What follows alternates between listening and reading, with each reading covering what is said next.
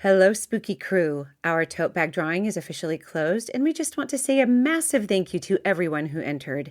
We are so grateful for the love and the support, and we have loved reading your reviews. Missed the tote? No worries. We're still sending out high-quality vinyl stickers while supplies last. Just email us proof of your rating and review along with your mailing address to thespookydarlings@gmail.com, and we'll get one headed your way. Quick promise, your address is only for mailing the sticker. No emails, no selling info, no funny business, just spooky gratitude. Thanks again for supporting the show. You are the reason we do this. You're listening to The Spooky Darlings, where three sisters talk about the cases of old quiet towns still talked about today. I'm Haley. I'm Emily. I'm Nettie. And Nettie, I believe you are taking us back in time today. I'm taking you back in time today. Thank you. And I just want to say, disclaimer, you might not even hear it, but we have a bunch of activity happening in the background today. So you might hear some kiddos yelling about video games. And then there's going to be some other kiddos cooking in my kitchen. So some clanking and some yelling that sounds like someone's being murdered, but it's just teenage boys playing video games. There is not murder happening in this house today. There's not. Except for the one I'm about to tell you about. Yes. We're going back in time. All right, I am going to talk to you today about the first and last woman hung in the state of Arizona named Eva Dugan. And I stumbled upon this case when I was doing research for another case, which I'm hoping to present in a month or two. And I just kind of did a deep dive and I became really fascinated and decided to share it with our listeners and with my sisters. So most of my information came from a book called The Day Eva Dugan Died by Rob Kackley. And I felt like he did a great job researching, but I also got information from Murderpedia, Times.com from an old Time magazine article, historicalcrimedetective.com, the Arizona Daily Star, an article from 1930, and then a bunch of other ones because I got kind of like a bunch of newspaper archives and read those. And I will put all of those in our show notes. All right. Eva Dugan was born in Salisbury, Missouri in 1978, and she was born into poverty, and she had a rough, transient childhood. She was married around 16 years old, and I don't know the first name of her first husband, but they called him Mr. Patterson.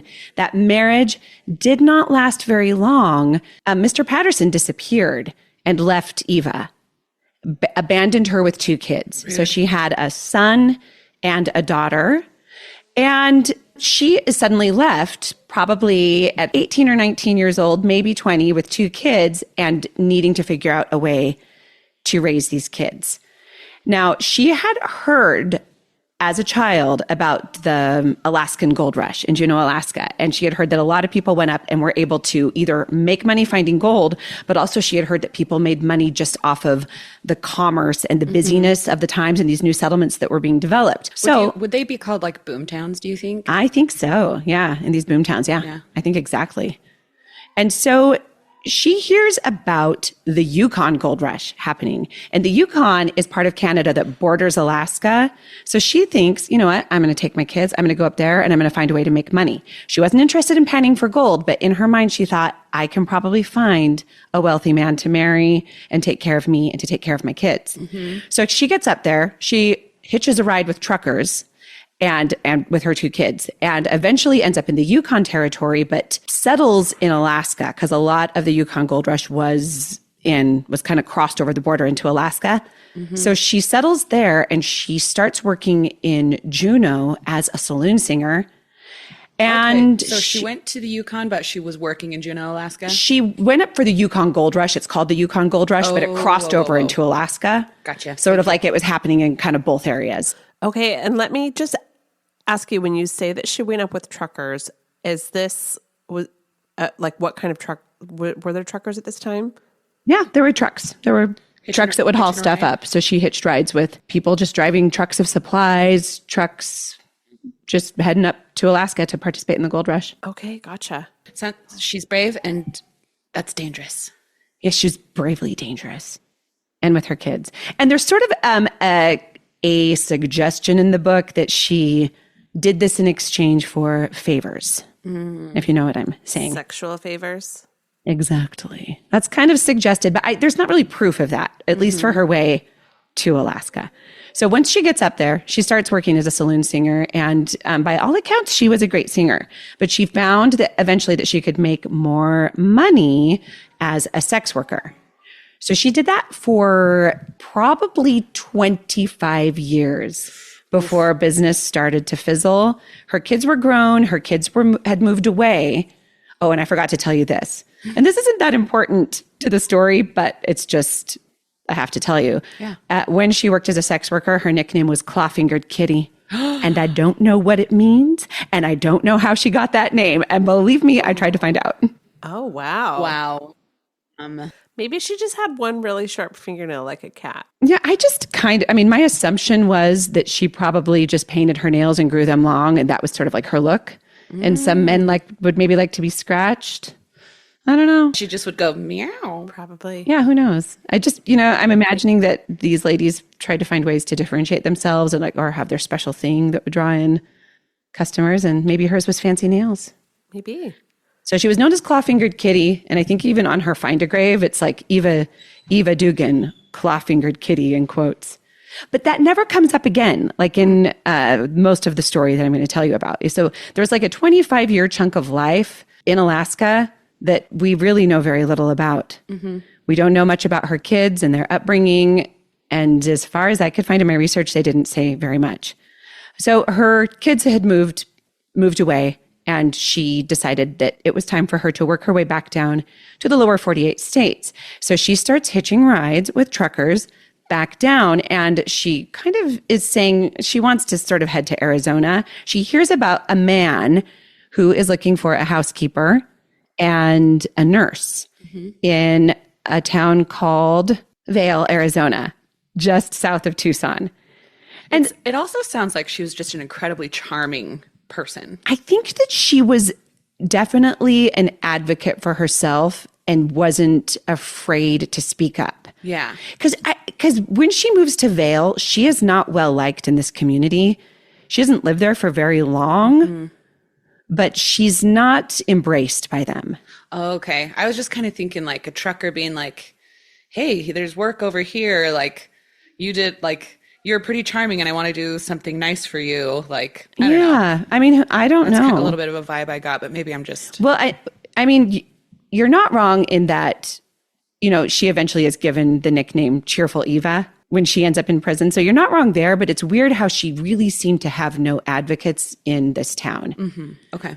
So she hears about this guy named AJ Mathis. He's a chicken rancher. And her first reaction was, oh, no, I don't want to get a job with a chicken rancher.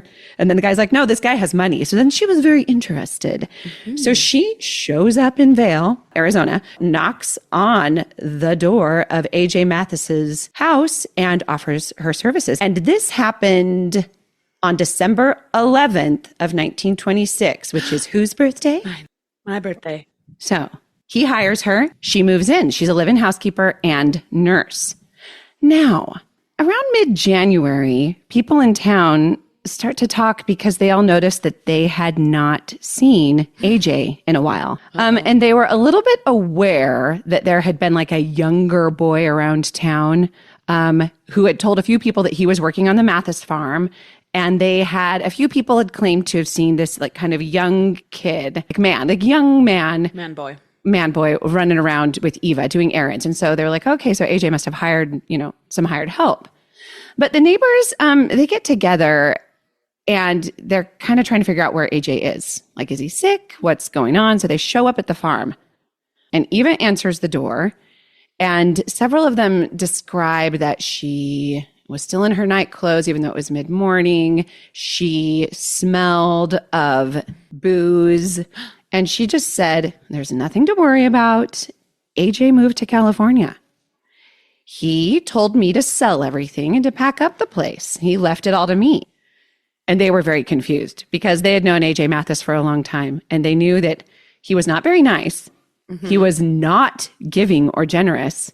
And they also kind of thought that AJ never talked about moving. Something isn't right. So they decide to go to the sheriff. Now, this is a brand new sheriff. His name is Jim McDonald. And he is like a tall, imposing man. He was 6 feet tall, which at the time, it's weird. I think people get taller because at the time he was like the tallest man in town. Everyone said that he kind of towered over everybody. He was very broad shouldered. Could you say 6 foot in the 1920s is today's 6'4"? I could. I would say 6'3". Good call. Good guess. 6'3".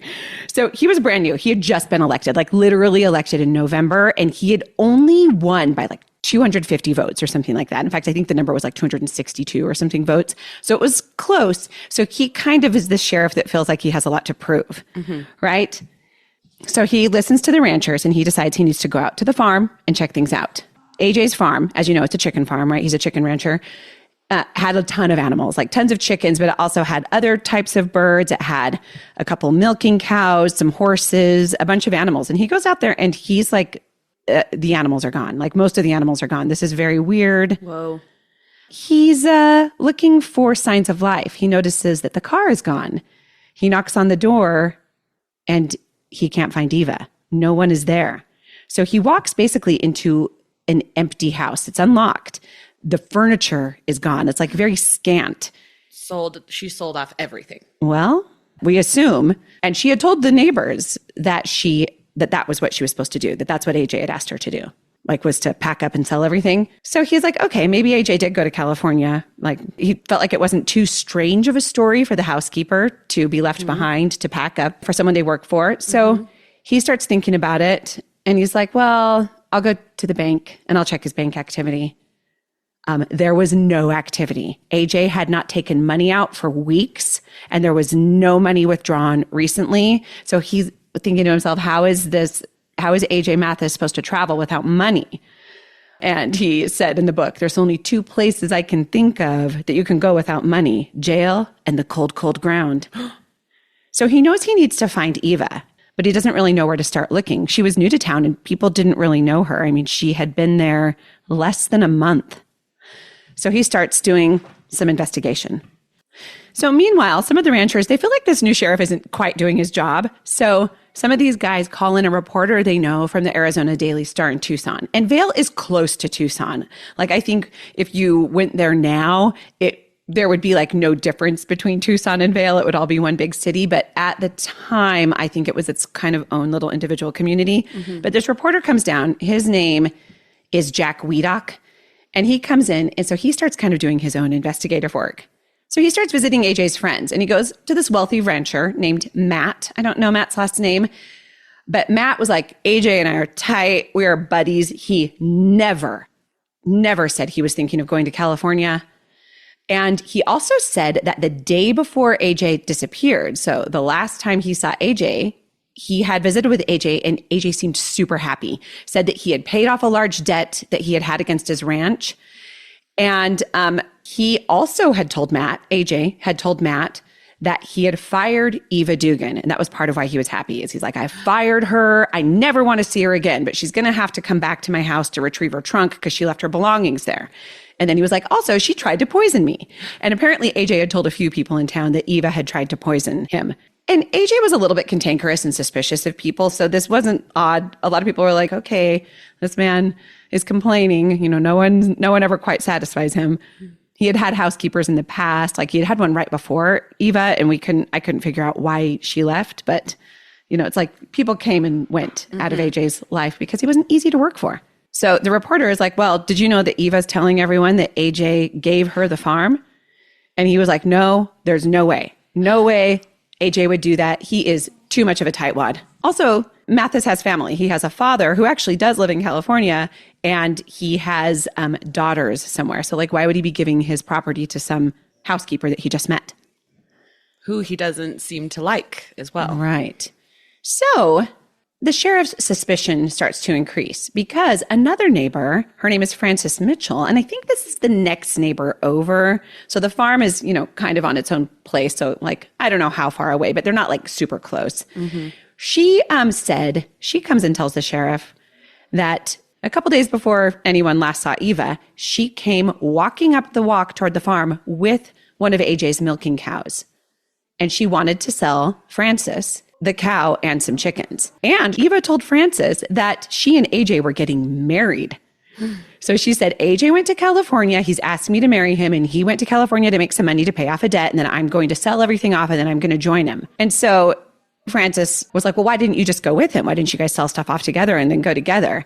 And this is what Eva tells Frances. She said that they were worried about AJ getting arrested for violating the Mann Act. Now, the Mann Act was a law put into place in 1910. It's also called the White Slave Traffic Act, and it was a federal law which made it illegal to transport women and girls across state lines for the purposes of prostitution. You may have heard about it in the Diddy case. That was what Diddy got charged with, was the Mann Act. So Eva says, well, he's worried about getting in trouble for that. And there had been rumors going around that AJ and Eva were kind of running a brothel out of the farm. Eva was the only worker at the brothel, but basically she charged $3 per client and gave AJ a cut. And AJ was happy to, have someone that could help him make some money. Mm-hmm. And he just recently paid off that debt.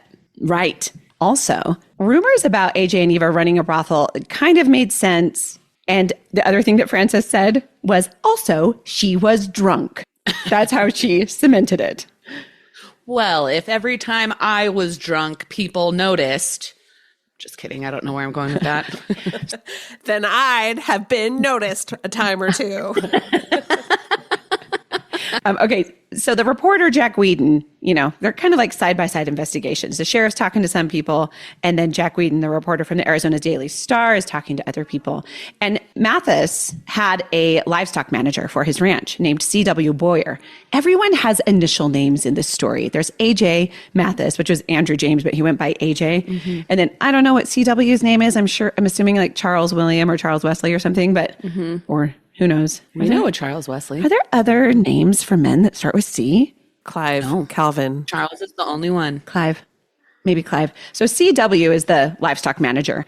And he said, well, I'll tell you this to the reporter. They did not get along. They fought loudly all the time. And AJ constantly was saying Eva was trying to poison him. But CW just assumed it was because he thought Eva was a bad cook. Like AJ just wasn't happy with the cooking. So it was like, are you trying to poison me, woman?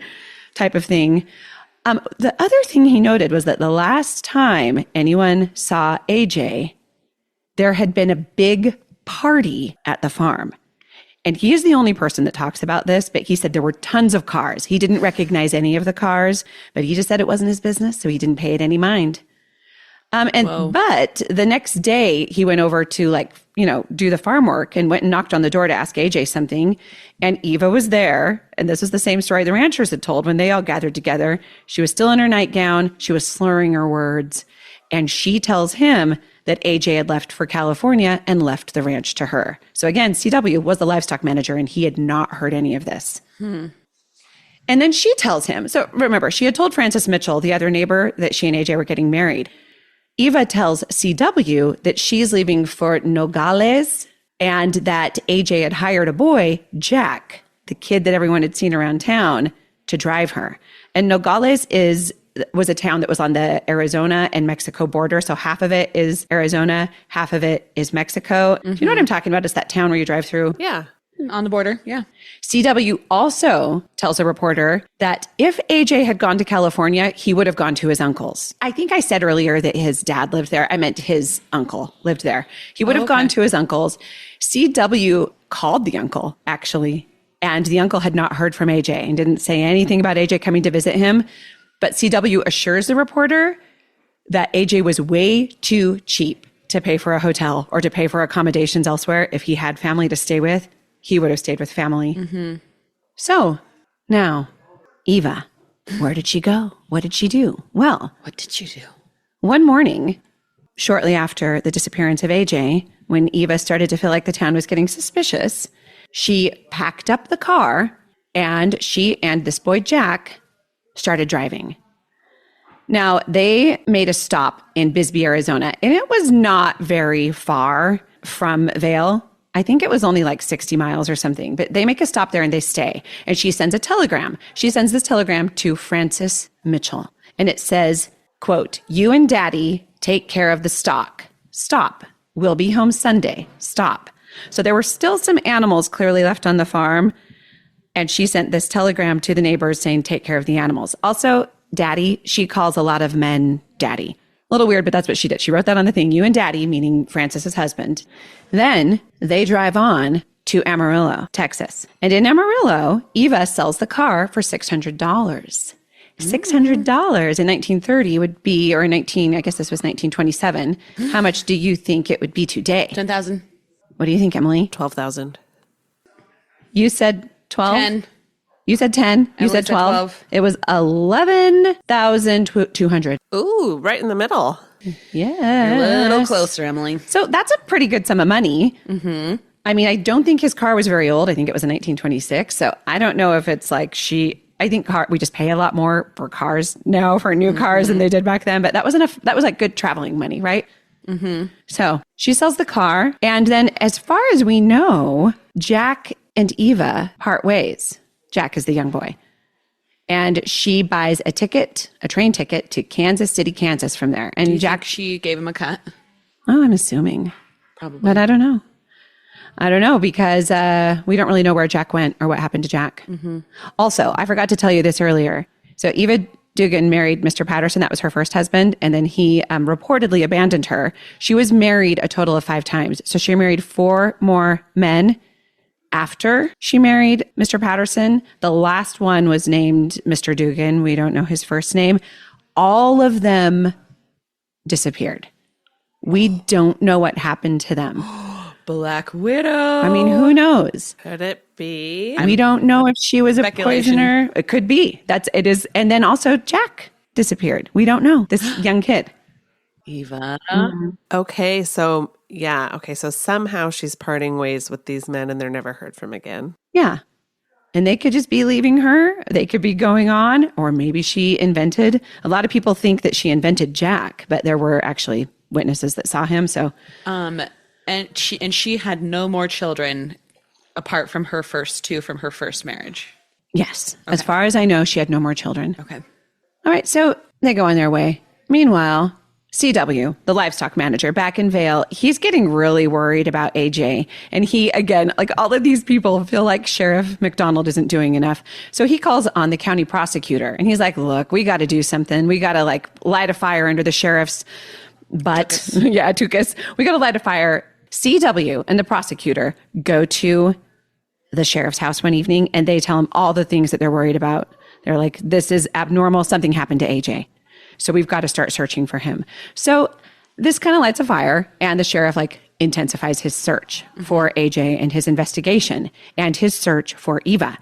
So he decides, if I find the Dodge Coupe, that's AJ's car that was missing, I'll find Eva. He's pretty sure she took off in the car. And public records at this time for cars were just beginning. Like Arizona, I think a year before, had founded a transportation department, but I don't even think it was the law that you had to register your car in a new state.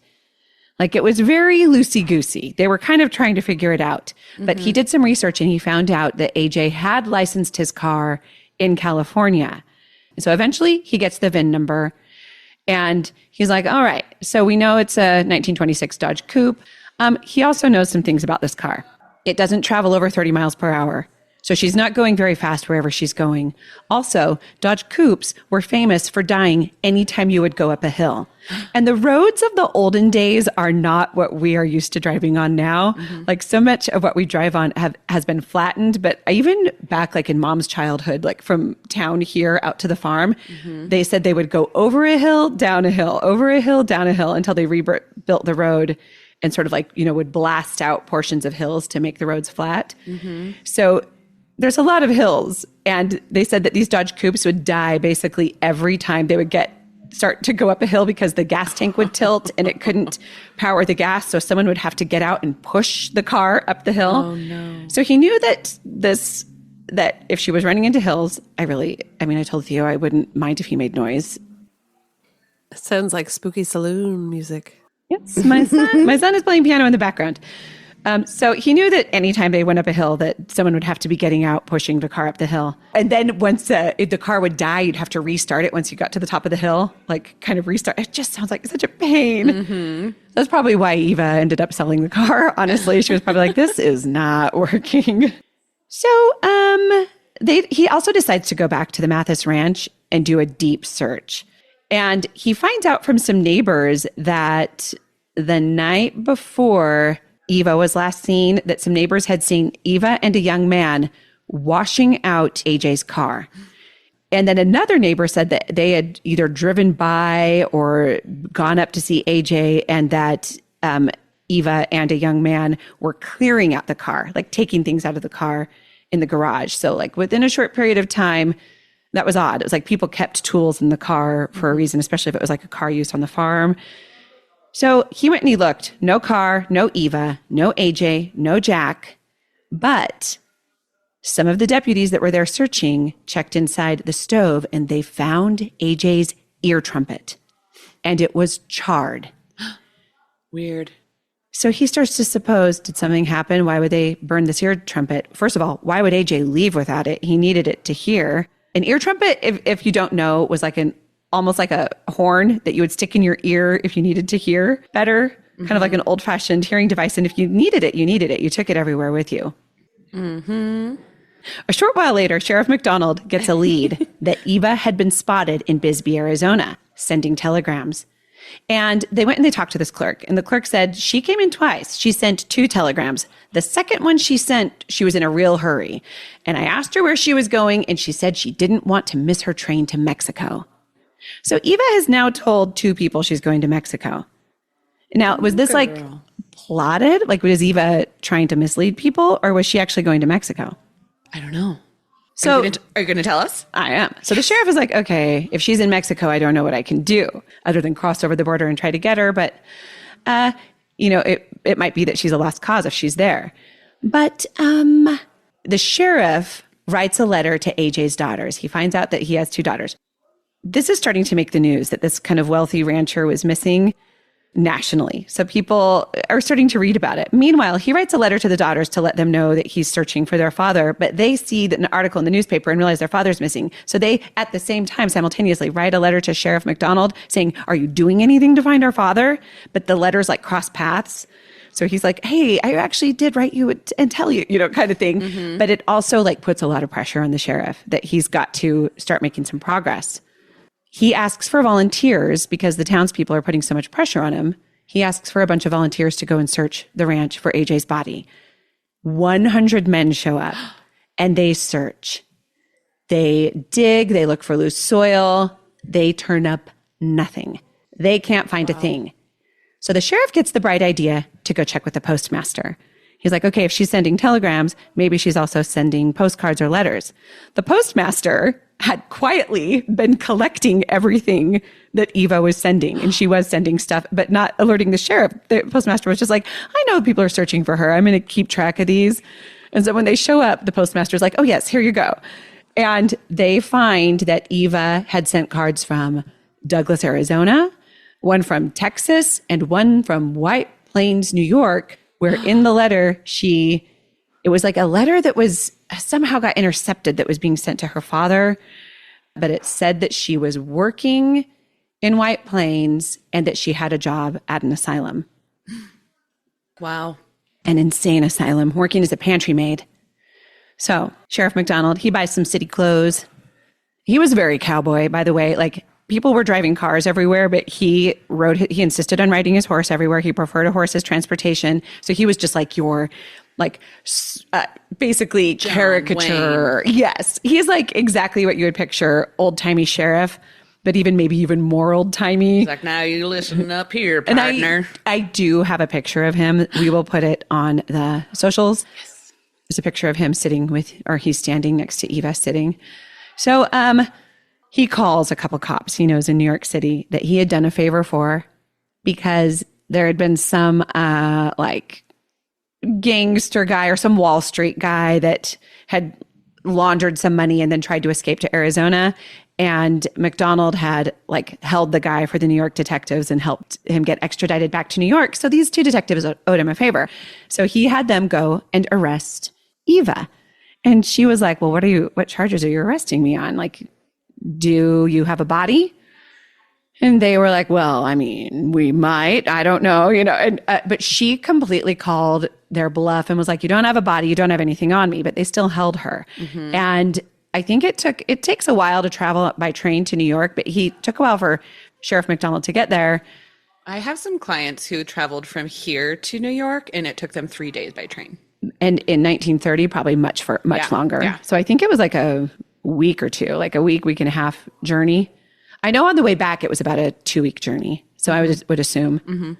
He tries to get her to confess to killing AJ. And she is like, I didn't kill him. He wanted to marry me. He's in California. He gave me his stuff. And he says, well, guess what? We found your car. Because they were able to track down the car with the VIN number, or we found AJ's car. And so we're arresting you on auto theft. So they start heading back to Arizona. And the whole way back, the Sheriff McDonald is trying to get Eva to confess. And he tells her about the bank. He's like, look, we know AJ hasn't been spending money, and we know his bank account hasn't been touched. So where is he? We know his safe is missing. We know his car, we found his car, but we know all his belongings have been sold. So you may as well just confess. He also tells her they found the body. Now, this was not true, and she calls his bluff. But when they get back to Arizona, instead of taking her straight to jail, he puts her in a car. And she actually said something to him like, are you taking me out in the desert to shoot me? And he said, no, we're going to his grave. We're going to AJ's grave. And you're going to confess. So he drives her to the ranch. And he says, well, here we are back home. How about we take a look at his grave now? Kind of hoping Eva would lead him to the grave. Instead, she points to a horse skeleton that's there, looked around. They said kind of looked around performatively and goes, well, here we are, Sheriff McDonald. The man who wants to marry me is right there. And she points to the horse skeleton and then just throws her head back and laughs and just laughs. So she's not really worried about them finding the body, right? Now, she fights the auto theft charges, but she's put in jail. And I think she's in jail for about a year while those charges get processed. But she's found guilty. So then she's sentenced to 3 to 6 years for auto theft. And it was really hard on her. So she was in really good spirits. And I think she thought she was going to beat those auto theft charges. And her lawyer even said, it is not our duty to prove that you did not steal the car. The burden of proof is on the state. They have to prove that AJ did not give you the car. And they really can't prove that. There's really kind of no way to prove it. So it's actually a little bit surprising that she was found guilty, which is why I think a big part of this is Eva was brand new to this community where she's facing all these charges. Nobody knows her. She doesn't have any friends and she doesn't have anyone on her side. And from what you said earlier, she wasn't very well liked. Well, I mean, she'd only been there for a month. And so it's was it only a month? She was only there a month. 1 month. I was thinking she got at least 6. December 11th. Yeah. And he went missing January 14th. Oh my God. I completely inserted so much more time. No. Story. I mean, she ends up spending a lot more time there, but arrested and in jail. You have to sort of wonder if the town already had, they were almost deliberating on the murder charge, even though it was the auto theft charge. They were thinking about it as if she was guilty of AJ's murder. Yes. And then if you're a good, standing member of this community and you've heard about the prostitution charges and that she and AJ were running a brothel, they're all calling into question this woman's character. And it's there's so much more than meets the eye in these situations. And also you have to remember at this time that all of the juries were men. Women were not allowed on the juries. So while she is supposed to be tried by a jury of peers, any woman who was tried at this time was not actually tried by a jury of peers. They were tried by a group of men. Yeah, and that makes a huge difference. 3 to 6 years. She collapsed. Her lawyer at the time was C.T. Reddington. She gets a new lawyer eventually for the other charges that you will hear about soon. She collapsed. It was very hard for her to hear that she was going to spend 3 to 6 years in prison. But she had already made so many friends in jail. So this is the thing where you were asking if she was charming, apparently, because everyone in jail liked her. Yeah. That they threw her a party and tried to make her feel better about her sentence. Oh. Now, she is transferred to the Florence Penitentiary. Now, this place is interesting because it was new. It was a newer prison, and it had been built by prisoners that were in some other prison in Arizona. And people, like the prisoners, wanted to be put on this building duty because they got to sleep in tents. They didn't have to sleep in these windowless like cells with very little ventilation. Stuffy, yeah. And they got to like be outside, like working physically. That was more desirable to them. But what they did is they built the cell block where they would keep all the death row inmates. And then right above the cell block, they built the gallows. So the gallows were inside the prison above the cell block. And there was a loud, noisy trapdoor. And so the prisoners would hear from their cell block, they could hear each time someone was hung. Oh my gosh. The gallows. So could they see it too? Hear it? They could just hear it. Oh my gosh. Yeah. Like sometimes I think imagining something like that is worse than actually seeing it, because your mind can create like much scarier things. Yeah. Especially if you were on that floor below, you were on death row. Yeah.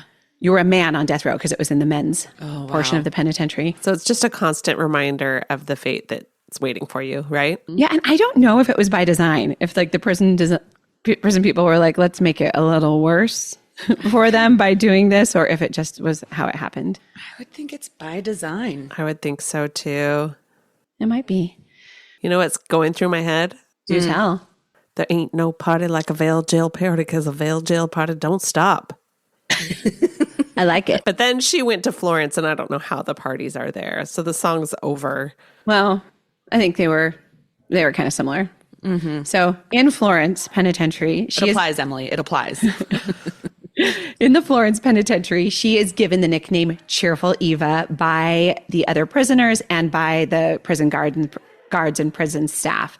And by all accounts, everyone who interacted with her said she was a model prisoner. They all really liked her.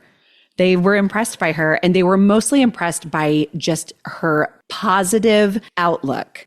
So again, on December 11th, which is also, again, Haley's birthday, but the following year. Whoa. So 1 year after Eva knocked on AJ Mathis's door asking for a job, there was a man named Nash who bought land adjacent to AJ's property. And he was kind of deciding where he wanted to build and decided to camp there while he figured out how he was going to formulate his farm. He pitched a tent. He went to drive a stake into the ground, and he ended up hitting a body. He found a skeleton. It was very weird because if he had pitched his tent 1 foot this way or 1 foot that way, he would not have found the body. So it was so lucky. They had sent 100 men to search, and they searched AJ's ranch. They searched the land around AJ's ranch. They searched like the river that was nearby. Mm-hmm. So they call the sheriff. The sheriff comes in, and he says, I know this is AJ's body because AJ was a redhead and like had thinning hair, and there was a ring of red hair still attached to the skull, like to the like skin that was, like, what do you call it? Like his scalp? That's the word, the scalp, like that was still attached to the skull, even though it was mostly a skeletonized body.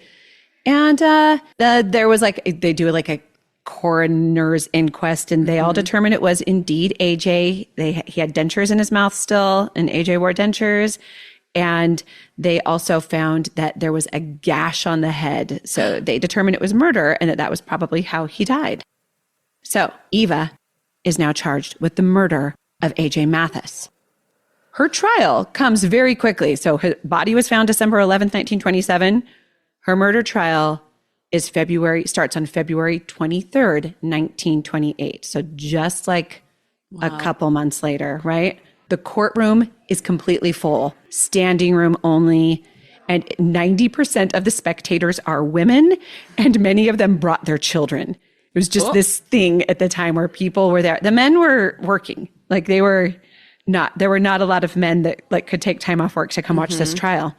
Now, mind you, that was just the spectators. The jury was 12 men. Mm-hmm. Now, the skull, once it was positively identified as AJ's skull, was then allowed to be put in as evidence, and it spent the entire trial sitting on the evidence desk for the entire courtroom to see, Eva to see, any of the witnesses, any of the jury to see. It sat there for the entire trial. So there were a bunch of testimonies from so many people. There was a furniture proprietor named Jacob Bolzer, And he said that in January of 1927, that Eva came into his store with a young man. So this is one of the people that definitely saw Jack, that she said was her son, asking for a 50-cent loan to get him a driver's license. Why would he need a driver's license? Maybe to drive Eva everywhere. And then she came back in, she paid back the loan, and then tried to sell him a gun for $10, but he declined. Then another witness, Mrs. George Gaynor, says that on January 17th, 1927, Eva rented a cabin from her in Lowell, Arizona, and that she signed the name with a fictitious name. So wait, she knew Eva? No, she just said that she was from a different town, She knew Lowell, Eva Arizona. signed with a fake name. She said that Eva came in. She knows it was Eva. Okay. And signed with a fictitious name. I'm just on wondering January 17th. Just wondering how she could know a stranger signed with a fake name. Because she didn't sign Eva. So she saw Eva's picture later in the paper when she's being accused of murder. And she said that woman came in on January 17th. Got it. And she signed her name with a fictitious name. I see. So she realized later that this was a gotcha, that it was a fictitious name. Yes. I see. We don't know what fictitious name she used. We just know it was just a wondering. fictitious name. Well, I'm glad you asked because now it's clearer. Eva has a new attorney for the murder trial. His name is Stanley Samuelson. And by all accounts, Stanley works very hard for Eva. He has 5 witnesses, and he's in his element because he has a bombshell to drop. First of all, he addresses Eva's problematic past. He addresses that she was raised in poverty, which nowadays that we wouldn't take that into account as much, but it had to do with like what people thought character was back then. So he addresses that she was, raised in poverty, that she had been married a bunch of times, and that she had worked as a prostitute. And those are the word I'm using because that was the word in the records of the time. Mm-hmm. Also, he described what it was like to work for Mathis. He said Mathis was deaf. He had eczema. He had cramps. Part of Eva's duties were to give Mathis hot mustard baths. And every morning at 2 a.m., she had to give him a foot bath. What? Also, even though they had a livestock manager, she still had to get up and milk the cows, feed the chickens. If animals got out, she had to chase the animals, and just said it was very arduous, very difficult, very little rest.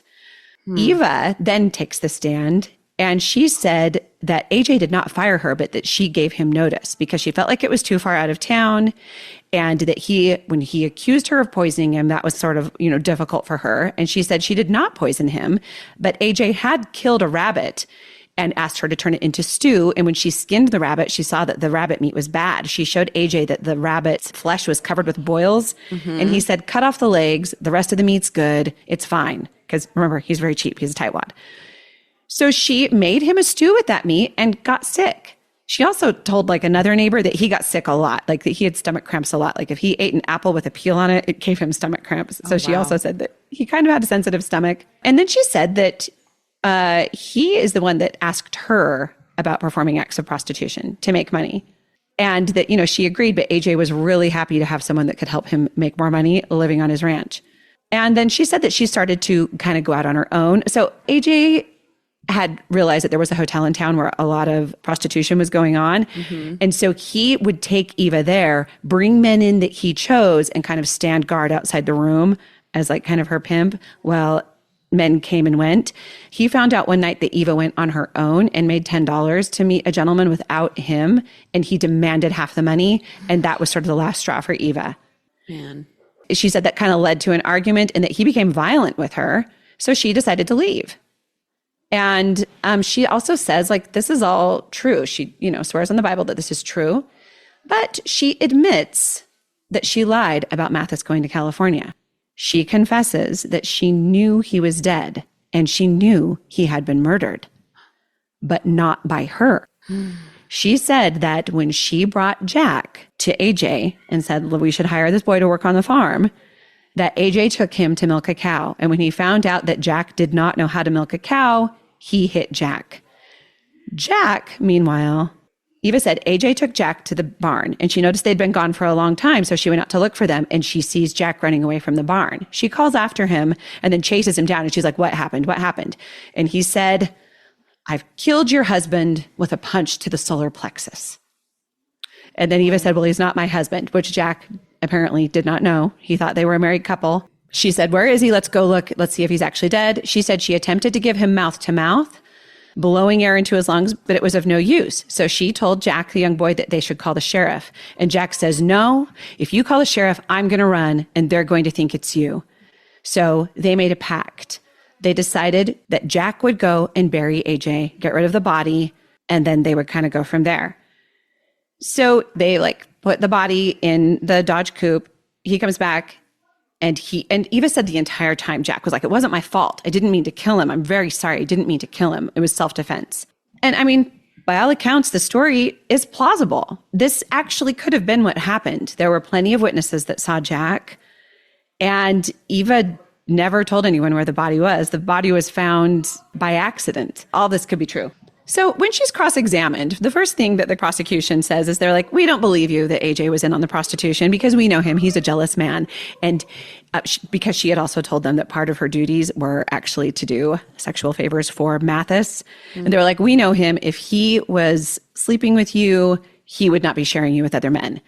So they disbelieved that. I don't know. I think that if he was as much of a miser as he was, that he would have been like, yeah, anything to make money, especially if he didn't really like Eva, which I don't think he did. And what was that party that none of his neighbors were invited to? Yes, and only CW talks about that. He is the only one that was a witness, and we don't really know anything else about it. Yeah. I don't even think Eva addresses it. But it does make me wonder if they just had a big night of gambling and stuff and maybe charged money, like a one night kind of illegal casino, moonshine, that kind of thing. Made a bunch of money. Because that was the day before he had all, showed up saying, I paid off my debt. Mm-hmm. Okay, then, and this was completely unfounded. In the closing arguments, the prosecutor says that Eva's story is entirely made up and AJ was possibly buried alive. What? The reason he says this is that his body was found with a bandana around his neck. And he said it was most likely was a gag around his teeth, around his mouth. And they wouldn't have had it around his mouth if he had been dead already. But there's really no proof. Maybe he was buried alive. Hands and legs not tied. Just a bandana around the neck. You're stretching it there, Mr. Prosecutor. Don't a lot of farmers wear bandanas? Mm-hmm.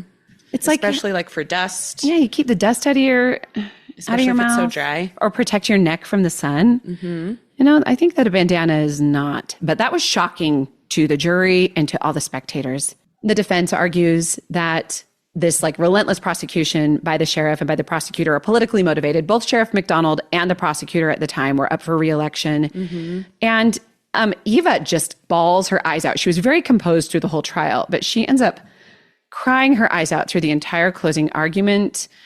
And she's described in the news as just pitiful, lonely, and friendless. Mm-hmm. And it just kind of paints this a little bit of a sympathetic picture when you think of this just kind of lonely old lady. Mm-hmm. So the jury deliberates for 4 hours. They come back and Eva is found guilty of first-degree murder. But the most surprising part of the sentence is they sentenced her to death by hanging. Oof. Now, Arizona was not delicate about sentencing people to death, but this was the first time a woman had been sentenced to death. Mm-hmm. Now, before Arizona was actually a state, there was one woman that was killed for murder. I think her name was Dolores, something I actually don't remember her name right now. So in the area, there was one, but it was before it was a state. So Eva said to the jurors after the verdict, Haley, will you be Eva? Read this part that's highlighted in gray. Well, I'll die with my boots on and in full health. And that's more'n most of you old coots will be able to boast on. Thank you. And then she says to Sheriff McDonald, who leads her out of the courtroom, starting right there. Well, I guess you're satisfied now. And I think he was.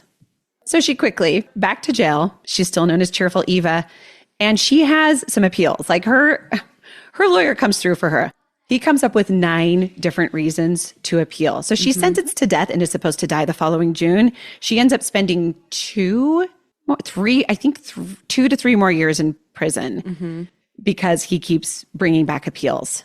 And she comes for the first appeal, which had to do with AJ's skull being present for the whole trial. Because they said that photos of the skull that proved that it was AJ were never actually put into evidence. So it was like technically the skull shouldn't have been used as evidence and shouldn't have been there for the full trial, and swayed the jury. She shows up like super stylish for her appeal trial, ready to be photographed. She's like wearing stylish clothes, stylish shoes, hair is coiffed appropriately. Like she's been prepped by her attorney. It didn't work. No go. Appeal after appeal. They say 2 of the jurors should have recused themselves because they had been approached by Eva to buy animals off the farm. Therefore, they were too connected to the crime. Also, there was a piece of mail that was introduced on the morning of one of the appeals. It was a postcard addressed from Tulsa, Oklahoma. And all it said was, "That was some failure, wasn't it? Signed, Jack." So Eva testified it was Jack's handwriting. And when they said, "How do you know it's Jack's handwriting?" she said, "I saw him write the name AJ Mathis 2 times, when we sold the car and when we checked baggage on a train." So the prosecutor fights all of this and each appeal is denied. So she is set to hang. However, she gets some powerful people in her corner. Turns out that there's like a big like anti-capital punishment league happening. And there's a lot of movement of people saying that they feel like the death penalty is unjust. I guess that there were 2 men that were executed in Arizona who were then proven to be innocent afterwards. So a lot of people were like, why are we killing prisoners? There's just no need. I mean, This isn't a new problem. Yeah, we still talk about this today. I was a little surprised, I think, to find that there was such a passionate anti-capital punishment that long ago, but there was. Wow. And a lot of people had issue with a woman being sentenced to hang. So one of these influential Arizonians was Mrs. Allie Dickerman. She was the Tucson postmaster. And then there were 2 Arizona pioneers, John and Lily Durham. And they all worked very hard. They decided that they could try to get her off of the death sentence with an insanity plea. So this part was really interesting because during the insanity plea, they interview like the doctor that had overseen her while she was in jail for the auto theft trial. First they interviewed the prison warden and he was like, I knew something was wrong with her. She didn't really seem like she was in her right mind to me. And they were like, well, why didn't you send her to get treatment? And he's like, well, I knew she was safe where she was. Like she wasn't a danger to anyone. I just knew she wasn't quite in her right mind. So then they talked to the doctor that oversaw her while she was awaiting, while she was like in trial for the murder. And he said she was neither sane nor insane. But like there's some weird thing where it's like in order to be granted insanity and not put to death, you had to become insane while in prison. And he said that she showed up like it wasn't a change. She was always this way. While other people said she was totally fine. She was a little weird towards men, but she was like totally fine mentally. So when I was looking up old articles, I found some that said Eva declared insane by one doctor, but then legally in the court system, she was declared sane. Yeah. So unfortunately, much to her devastation, the insanity plea was unsuccessful and she is set to die. Oh my gosh. I just can't imagine. Yeah. In February of 1930. Now she goes back to prison. On the day that she actually gets the sentence, she has a complete meltdown and she has to be like sedated. But after that, she just sort of is chipper and kind of seems to accept her fate.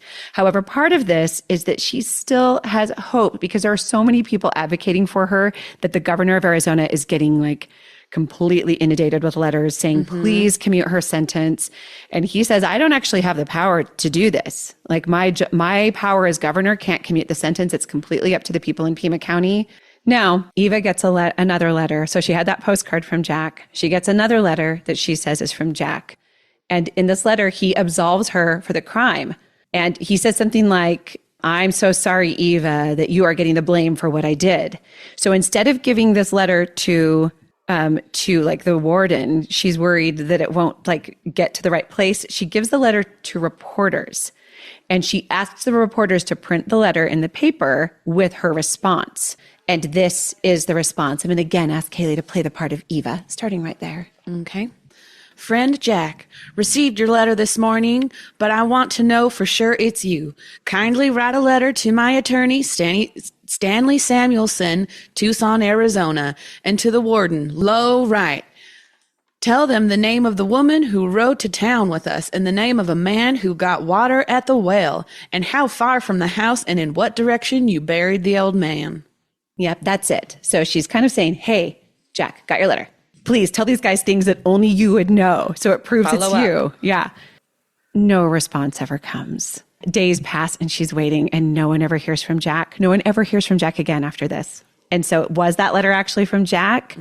Did she kind of seems like she's a friendless person, but she does have all these people advocating for her life. Did one of those people like write it trying to get her off and then didn't know how to respond because they didn't have the answers? Like, it's just, there's so many questions because she didn't send it herself. From prison, she couldn't have. So then another letter comes in.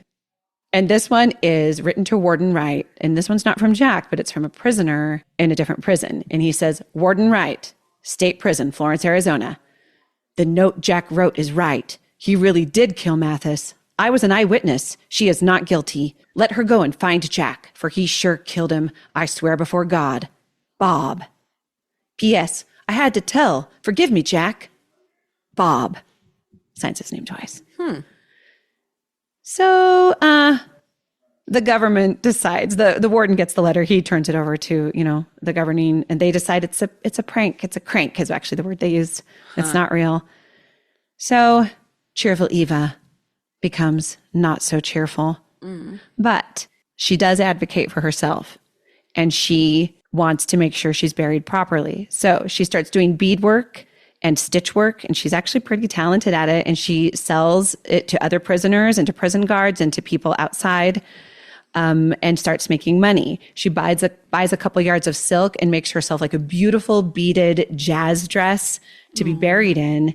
And she is able to pay almost entirely for her funeral costs and for a really nice coffin. Like most prisoners were just like put in a very cheap pine box. And she was able to buy herself a nice coffin. She also granted interviews and charged $1 a piece for her interview, which I love because she's like, sure, you can interview me, but to pay me. Yeah. Like I'll talk to you. So right before her death, the warden hears a rumor that Eva might be trying to take matters into her own hands. So he goes and he searches her cell and he finds a bottle of ammonia, which could be used to kill yourself if you drink it straight. And he finds up in the collar of her dress, 3 razors wrapped in tissue. And this devastates Eva. Actually, I think she's kind of cheeky when they take that stuff from her. But then she has her trunk of belongings in her room. The warden takes the key to her trunk, and that actually devastates her. So I don't know if she had something else like packed up in that trunk that she thought she could use as backup. But if Eva was planning on taking her own life, like they did not let her do it. The state decided they needed control over that. She asks the warden, like, I've made this beautiful dress to be buried in, but what should I wear for the hanging? And he said, do not wear your nice dress. Let's get you something cheap because it'll get mussed. Oof. So she finds a cheap dress to wear for the hanging. She lays her burial dress out in her cell, and this is how she spent her last night. So this is from the Arizona Daily Star, February 21st, 1930. So this is literally published the day Eva Dugan died. Eva Dugan, calm in final hours. State Prison, Florence, Arizona, February 21st. Mrs. Eva Dugan, sentenced to pay with her life on the gallows for the murder of A.J. Mathis, within a few hours was the calmest person in prison this morning. She sat at a card table, playing whist with 2 women friends and a woman prisoner. Outside, the death watch paced back and forth. At her elbow was a telegram from her daughter, Mrs. Cecil Lovelace. The daughter had told her condemned mother she was praying for her. Occasionally, Mrs. Dugan's hand would caress the farewell message of love and cheer. Shortly before midnight, Eva asked that she and her guests be served with orangeade. It was ordered, and several minutes had passed without the drink being served, so she called to the guard and told him, please bring me and my guests the orangeade. I want it now. Tomorrow will be too late. When told that a friend had sent her some cut flowers, she said, please, I don't want that. I like to see flowers growing. But cut flowers, they've always been my jinx. Don't bring them here. In the whist game, she was lucky and played as if her own life depended upon the outcome. Lucky, she is quoted as saying, when it makes no difference. The prison was deathly quiet, except in the women's cell block, for the women who had known Eva as a sister prisoner were all sobbing on their narrow cots. Oh, Oh, so sad. Yeah. so sad. She got to make herself her favorite meal. She wanted to cook it for herself. She got to make oyster stew at midnight. And then she kept playing cards with her friends until around 4 a.m. At 4 a.m., she allowed 12 reporters to come in, and they all got a final interview, and they all gave her $1. And some of them bought some of her beadwork. And so she was able to kind of raise that last little bit of money, but she was still $50 short. So she told Warden Wright that her father would send it. Wrote her father a letter saying, "I'm dying Friday. Dad, please send $50 for the coffin." Oh, wait, I got to tell you this, though, because she called out to the reporters as they all left. And this was right before, she was about to make her final walk. She called out, "Be careful, boys. This place is easy to get into, but damned hard to get out of." So she kind of, she just was cheeky to the end. So it was time to take her final walk. And it was raining. So she's walking from the women's building over to the men's building where the gallows are. It was raining, which is kind of rare for this part of Arizona. But she was sad because it robbed her of her last chance to see the stars. So she walked. The chaplain was behind her. She was flanked by 2 guards, and she followed a veteran guard who she called Daddy Allen. And she stops as they enter the new building across the courtyard. She stops to give 2 of the guards goodbye kisses. And then they go back into the other building. Another inmate, a woman named Louise, encounters this party of 5 as they're doing Eva's death walk. And Louise realizes what's happening, turns sheet white and faints. And the doctor has to be called. She's given a cigarette. So she smokes a cigarette through the building as she walks.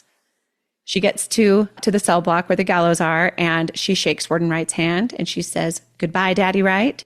And he says, "God bless you, Eva." And then she says, "I love everyone who's associated with this prison. You've all treated me well, and it's not your fault the state says I have to die." She gets put in a cell right at the gallows, and then she's put there while they make the final preparations. And she says to the guards who, as they, are leaving her in that cell, "We came to this world naked and fair. Where we go from here, God only knows where." And then at 5:01, her cell opens and she steps out onto the gallows. She's asked if she has any last words. She shakes her head. She looks out at those that are gathered, 60 people. It's completely full. There are 12 official witnesses, and for the first time in Arizona's history, they allowed women witnesses. So no women on the jury, but she was allowed women witnesses. 6 of the witnesses are women. She looks at them, she gives a smile, and then the noose is fitted around her neck. The door falls with a clang beneath her, causes the audience to jump, and on the floor below, the inmates all rise from their cots because they just heard the door and they know what's happening. Another prisoner is dead, but it goes horribly wrong because Eva's body falls and continues to fall through the floor, crumpling in a heap of blood. Her head does not fall. Her head stays on top of the rope. There was a miscalculation, and she is decapitated in front of 60 people. Her head then plops down and rolls to the feet of the witnesses. It lands at their feet, literally staring up at them. 5 people faint. 2 of them women. That's how the newspapers reported it. 5 people faint, 2 of them women. 3 of the fainters were men. And Warden Wright quickly clears the spectator room. Takes about 2 minutes to clear the room. Everyone wanted out of there. And they just said that it was like a bloody mess. The coroner doesn't miss a beat and pronounces her dead immediately. And that was Eva's life. So there's a little bit of an aftermath. So Warden Wright and Sheriff McDonald know they're going to have some explaining to do. There had been a hanging 40 years before in Nevada where something similar had happened. And the interesting thing is it was also a woman.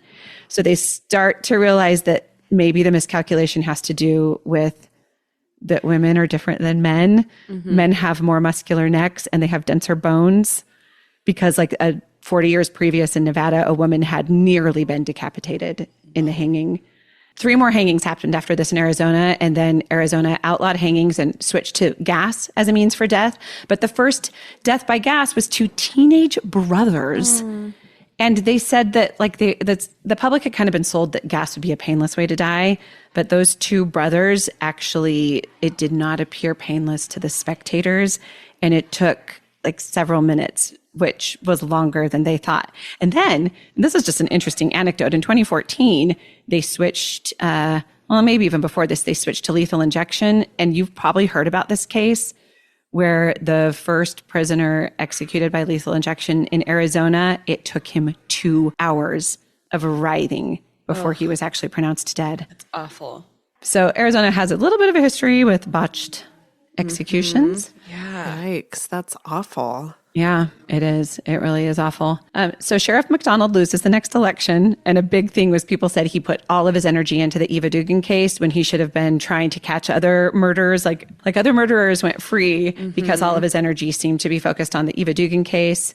The Warden Wright, who she called Daddy Wright, gets kidnapped later by a prisoner. And the funny thing is that he gets kidnapped because a guard comes up to him and says, hey, this prisoner is asking me to drive him into town. This prisoner was like a tailor, like that made jackets, to buy like thread. But I felt kind of like it's suspicious. And so the warden's like, yeah, that does sound suspicious. I'll take him into town. And not knowing that the prisoner had a knife hidden, the warden took his 4-year-old son with him. So the warden's like, me and my 4-year-old son will take him into town. He needs to get his supplies so he can finish my jacket. Takes him into town, gets kidnapped. And the prisoner didn't kill him or anything, but just threatened him with a knife. And he ends up getting caught later. But he said he was going to go kill his dad because his dad had never supported him. That's why he wanted to get out of prison. Oh, geez. I just want to dance, Dad. Now, at this time in the Florence State Penitentiary, where Eva lost her life, the day before Eva got hung, there were 16 pictures displayed in the penitentiary. Around each picture was a prisoner and framed by a rope. Those were the 16 people that had been executed in Arizona before Eva Dugan. And they would take the rope that was used to hang them and frame the picture with a rope and display it. So Eva was then added as the 17th person. Eva was number 17. Those can still be found in a museum, the actual ropes used to hang the prisoner and the photo of the prisoner. And I will include a picture of that in our socials. Wow. But that is the story of the murder of AJ Mathis and the hanging of Eva Dugan. But I just want to ask you guys, what do you think? Do you feel like Eva was given a fair trial? Do you feel like she deserved the death penalty? Definitely did not deserve the death penalty. And I mean, It's tough because I felt sympathetic to her the whole story. So, like, I don't know if that's just my own bias or if there really is the possibility that she didn't do it. I mean, you know. Yeah. It's like because it was all circumstantial. And I think that that's why it's surprising it was the death penalty, because people were being sentenced to life in prison for murder left and right in Arizona, but without the death penalty when it wasn't even circumstantial, like when there were witnesses and they knew for sure that this person had done it. I mean, I think it might be kind of a little bit of that like stranger danger of like, she was a stranger and she came into our town and took this citizen of our town. And Yeah, the outsider mentality. Yeah. Which when she had those advocates that kind of came forward, and I think that really what happened is they came forward too late, that tried to help her get the insanity plea. Like that's what one of them said was like, she's old, she's elderly, she's friendless, she doesn't have anyone in her corner. But wasn't she like 50? Yeah, but that was elderly to them at the time. Yeah. It was like, yes. But here, let me tell you if this changes your mind about whether or not Eva deservedly received the death penalty. AJ Mathis had served 7 years of a 10-year sentence for the murder of 2 Native teens in like 1898. Oh, come on. Where he was part of a gang. And I started deep diving into this, and I will not take too much time to explain, but there was a murder. This didn't happen in Arizona. I think it happened in Oklahoma, but a woman had been murdered and her children had witnessed it by a Native man that had a scar on his cheek. So when the father came home and discovered, it was really awful, like the woman's body had been like partially eaten by hogs that were loose in the yard, like when the husband came home and found his wife. So anyways, people were very angry and out for vengeance. And they ended up scrounging up 2 teenage Native boys of the Seminole tribe to blame it on and burned those boys to death, chained them together, burned them to death. That is so violent. It was so violent. Reading about it was horrific. There was like 20 people in the gang. Only 6 were charged, and AJ Mathis was one of them. So he killed 2 teenage boys by burning them to death and was only given a 10-year sentence and only served 7 of it. Ugh. Eva Dugan convicted on completely circumstantial evidence. I mean, really, there's no way to prove Jack that it wasn't as she said, that Jack did it, and was sentenced to hanging, was sentenced to death. And like not only before we learned this about AJ, but like he was a cantankerous, like grumpy man who was like kind of awful to people who he employed at his place. And then also to learn this, it's just kind of like, I mean, I'm not saying he deserved to die. I'm just saying she did not deserve what she got. Yeah. Yeah. That's how I feel. I feel like it almost seemed like the punishment did not fit the crime, even just based on other sentences given to other prisoners at the same time. Yeah. Yeah. It's tragic. You have to wonder if she hadn't had the history of prostitution, which, was just heavily judged at the time and had been just sort of seemed more likable, or had been from that town and had some like family or friends, if she would have been treated with more leniency. Yeah. I mean, and like, of course, we know these days we say sex work, but they did call it prostitution back then. And so like just kind of has... She had like a little bit of a questionable, problematic past. And I think I was almost just like, maybe almost used as an example. Like saying, just because you're a woman, we're not going to let you get away. Or like women of ill repute, beware. Yeah. Yeah. And also, I just feel like Sheriff McDonald, it was almost like it just became his thing that he was going to do. Like, I'm going to capture her. I'm going to make sure she gets charged. I'm going to make sure it gets like pushed to even though he wasn't on the jury, he's not the one that sentenced her to death. Like, we don't know if he suggested it. Like, yeah. We just don't know. Yeah. Well, that was such an entertaining story and so sad. Thanks for doing that, Nettie. Great job. You did such a good job on that. Thank you. It was really interesting. And man, oh man, there's like, if you get into the Seminole burning, it's just terrible. It's so sad because it was like over 2 weeks, they just terrorized people from this tribe trying to find this man with a scar. I don't even think they ever found the man with the scar. It was very particular. Like, he had a very particular description, and he did indeed murder a woman, but they just wanted blood, wanted vengeance. And AJ Mathis was a part of that. That's so tragic. Yeah. Man. Well, thanks, guys. Let's see. Emmy, you want to close us out, Haley, since you introduced? Should we end on a positive note? Oh, yes. I actually started, do you have something positive? Because I started a file in my phone called positive. I would love that. Okay. I only have one thing in it, and maybe since I talked the whole time, if you have something, you should say something, because I could save mine for the next one. Oh gosh. I went out on the boat with some friends on Friday. It was really nice weather. It's odd to have like an 85-degree day in early January, but it's just really lovely weather. We just kind of tootled around on the lake. Yay. And then I love tootling around on lakes. came back. That's my little positive. With getting rid of my childhood tomol, as we all know. I wasn't able to go cross country skiing with my family. Oh, you were forced to stay home alone? I stayed home, but I just got so much done. Like, I purged 4 trash bags full of clothes, which will go to you and your daughters. I should have brought it over today. You should have. Tomorrow. I can bring it over tomorrow. And, just got some of those little tasks that kind of seem to build up. I got those done, and that just felt really good. I got all my Christmas lights down. And normally I do that completely by myself because I love my family. They're awesome. But usually Christmas lights up and Christmas lights down is all me. Everyone helped, and it went so fast. Yay. And it was just nice because it's supposed to snow today, and then it's supposed to snow for a week. So I was like, we got to get it done today, man. It's supposed to snow. Nice. And we did. We got it before the snow hit. Still hasn't hit. Yeah, I hope it does. Yeah. I want to get up to Anthony Lakes. Nice. Well, all right. Thanks so much for listening, Emmy. Thank you for listening. You can find us on our social media pages on Instagram and TikTok at the Spooky Darklings podcast. We'll have a YouTube up soon. We're working on that. And thank you so much for listening. Have a great time of life. And you have stories of your own, email us at thespookydarlings@gmail.com. We want your stories. Do you have a family member from history who maybe was treated poorly by the justice system? We want to hear that story. Write it in. Yes, we do. Tell us all your stuff. Yes, our email is thespookydarlings@gmail.com. And thank you for listening. Goodbye. Bye. 5 stars. Before we disappear into the shadows, don't forget, we're still sending out vinyl stickers.